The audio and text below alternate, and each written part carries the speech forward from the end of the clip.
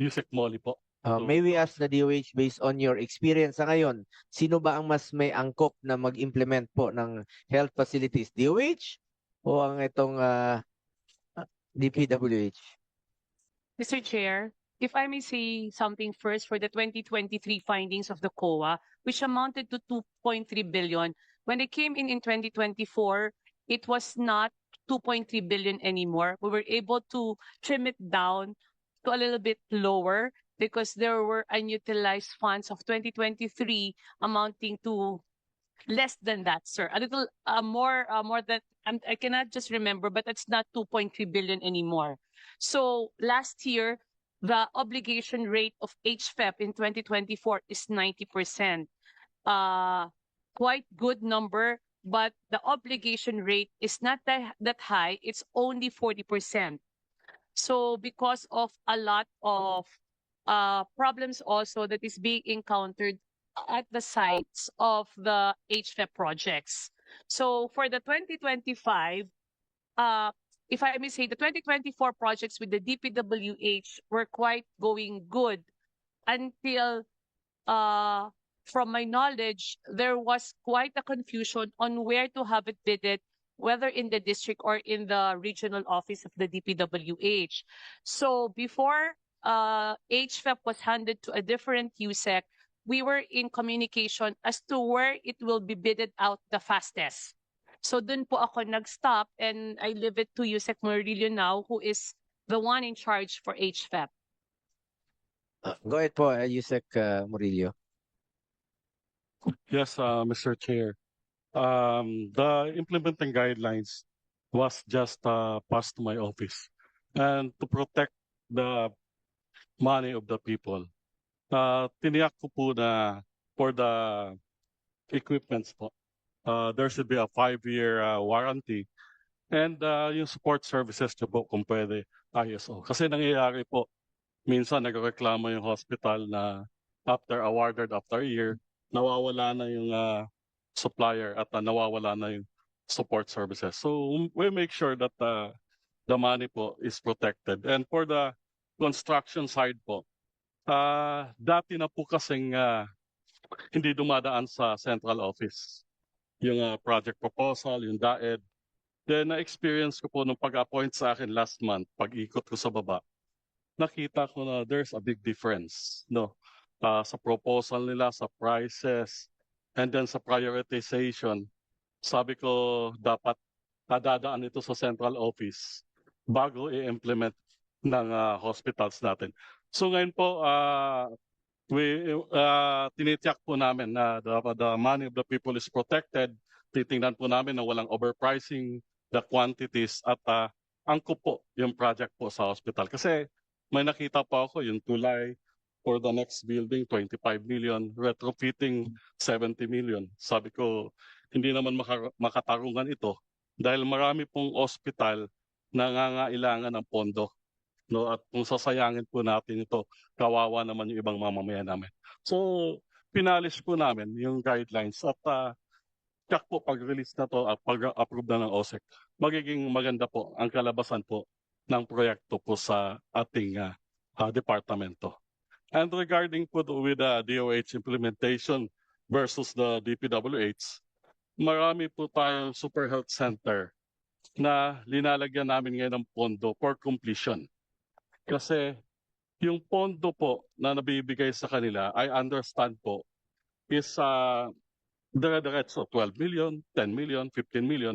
Pero hindi po na-reconsider natin na each areas has a different prices po. Meron pong iba sa isla at 12 million. Hindi talaga matatapos kasi may triple handling, iba yung presyo po ng mga materialis doon. So ganun po nangyayari sa DPWH at hindi po natatapos. Kaya po tayo ngayon for 2026, kalakahan po ng ating pondo is for completion din po and for equipments para maging functional po yung super health centers natin. Do you agree na to make it, mas priority niyo to make it operational yung mga existing na pinapatayo sa ngayon? Yes, Mr. Chair. No, ayoko pong ayaw ng departamento natin na yung sinasabi mong maging white elephant yung ating super health center. Napakaganda po eh. alam mo po, tuwan-tuwa yung mga tao at sa kagustuhan din nyo at ng presidente natin na mapalapit ang serbisyo ng pangkalusugan sa mga tao, ito na po yan. No? Yung mga nasa malalayong barangay, tuwan-tuwa po sila nito at sinasabi ko po sa kanila, you protect this facility.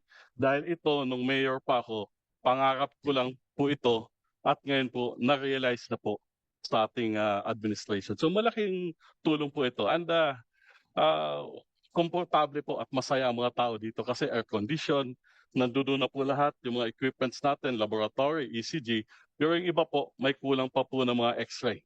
Pero kailangan na kailangan po natin yon para hindi na po i-outsource at mapalayo yung mga pasyente natin.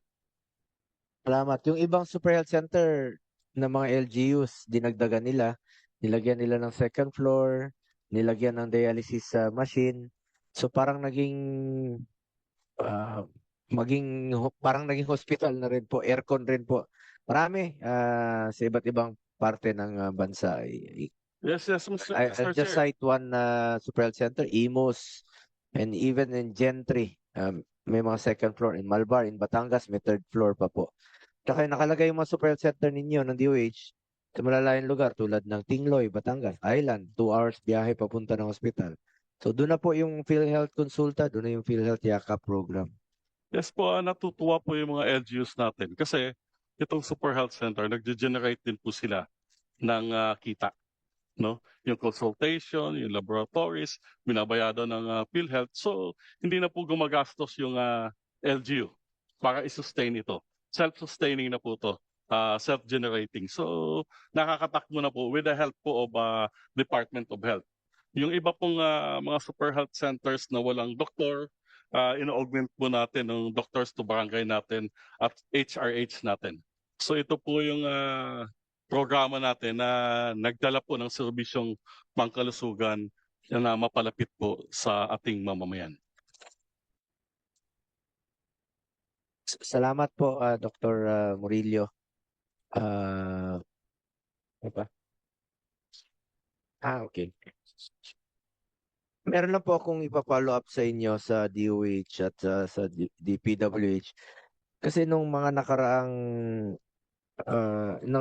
taon, meron pong tayong may inisyatiba. Napansin ko kasi sa kakaikot ko sa mga hospital, including Philippine Children's Medical Center, Philippine Heart Center, Dr. Jose Rodriguez, Quirino Memorial Medical Center, at kasama na po rito yung SPMC.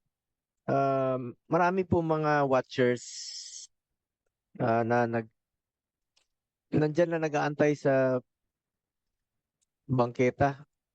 Tingnan nyo PGH, nandyan na po while waiting sa kanilang turn na tawagin sila, nag-aantay lang sa sidewalk. So, meron tayong inisyatiba na pinagawa na halfway house para sa watchers po ito. So, sa SPMC, pinalakihan, hanggang 4th floor na siya, 4th level na siya, tapos na. So, meron po sa Philippine Heart Center, I don't know kung tapos na, awarded na raw yung project. At meron din po sa PGH na malapit na rin pong matapos. 3 years ago po ito pinagawa. Quirino Memorial Medical Center, Philippine Children's Medical Center, Dr. Jose Rodriguez Memorial Hospital at Philippine Heart Center. Kawawa naman yung mga watchers while waiting po sa kanilang mga pasyente. Meron man lang silang komportableng pagpapahingahan o makaupo man lang sila o makahiga doon sa mga benches na pinatayo. Hingi lang po ako ng update, ano nung status ng mga halfway houses sa mga nabanggit kong lugar. Yes, Mr. Chair. Napakaganda po ng proyekto na to. Kasi karamihan po sa mga pasyente natin, galing po sa malalayong lugar. At yung mahihirap po, wala pong pang boarding house o matuluyan. Yung ating pong updates po sa halfway houses for Quirino Memorial Medical Center amounting to 5 million, it's already 100% completed na po at they're preparing na po for its operation. For the Philippine Children's Medical Center amounting to 5 million po, ongoing po yung construction, it's at 33%. Reverse installation na po for second floor, ground slab, and sewer line pipe laying po. It was the project po started last February, no? For the Philippine Heart Center po, the project po was awarded na amounting to 5 million. But we're waiting po for the OPD na mabakante to para po yung construction na mag-start po. And for the Dr. Jose Reyes po Memorial Hospital amounting to 10 million, the design phase po has started and hopefully by the end of this month po, procurement process po will begin po. Yan po yung updates po ng ating halfway houses. Salamat. Wala namang problema sa sa funding. Nandito yung ating Yusek Randy Escolango sa finance. Tuloy-tuloy naman po ang inyong since mga bagong na-appoint po kayo. Kumusta na po yung pag-adjust ninyo sa inyong trabaho sa ngayon? Ang akin lang is bilisan nyo lang po ang proseso, bilisan nyo yung pag-releases ng funds, lalong-lalo na po itong sa mga tulong sa mga mahirap nating kababayan, mga pasyente po. Yun po ang sana'y isa-isip niyo parate. Tama po, Senator Bongo. Yun po yung aming ginagawa ngayon. Bilin po ng aming sekretary na madaliin nga po yung mga bagay na yan dahil may mga konting delay po. Pero po, nandirito po tayo, tulong-tulong po kami na ayusin po namin yan para lalo hong maibigay yung tulong para sa ating mga kababayan. Salamat, Yusek Randy. Balikan ko lang po si Yusek Gregorio Murillo. Since sabi nyo, napakaganda po nito mga Super Health Center, tuwang-tuwa yung mga kababayan natin. During the previous hearings, under pa po ito kay Yusek Chong, yung HBEP, it was reported that 218 na po ang nakumpletong Super Health Centers wherein 37 units are already functional. And I'm sure, counting na po ito ngayon, marami na pong nagbubukas at ikaw mismo na puntahan nyo na rin po ito, Yusek Murillo. At meron pong 181 naman po yung ongoing completion of licensing requirements. Ano ho bang update dito dahil may mga nakarating rin po sa aming opisina bilang chairman ng Committee on Health. May mga Super Health Centers sa Hinunangan, sa Southern Leyte, hindi pa tapos dahil kulang yung budget. Meron po sa Hagonoy, Davao del Sur, hindi pa tapos dahil merong problema na iniwan raw po nung gumawa.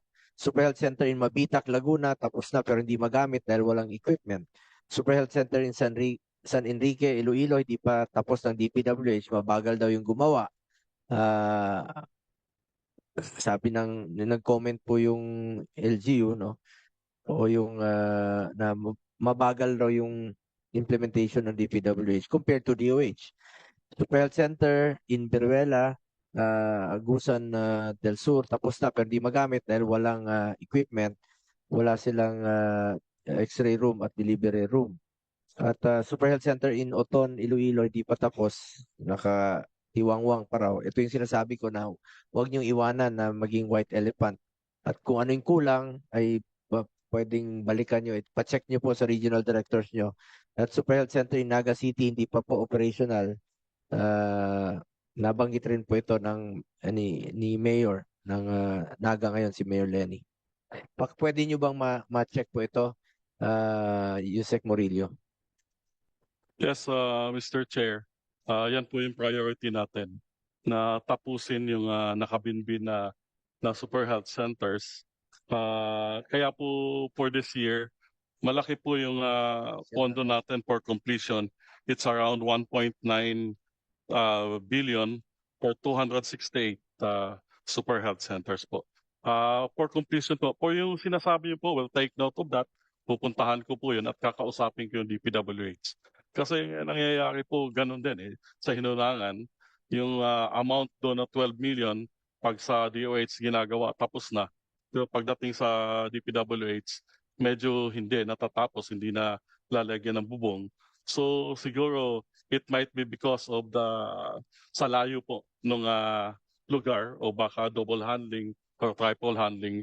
Ganun po at magkakaiba-iba po ng presyo. So sinabihan ko po yung HPEP natin na bawat lugar may presyo doon na wag yung itulad sa Maynila. No? Yung baseline ng presyo natin hindi sa Maynila, kundi doon sa lugar na ginagawa. Pati yung location po, kino-consider po kung isla, dagdagan ng pondo. So, Mr. Chair, nag-take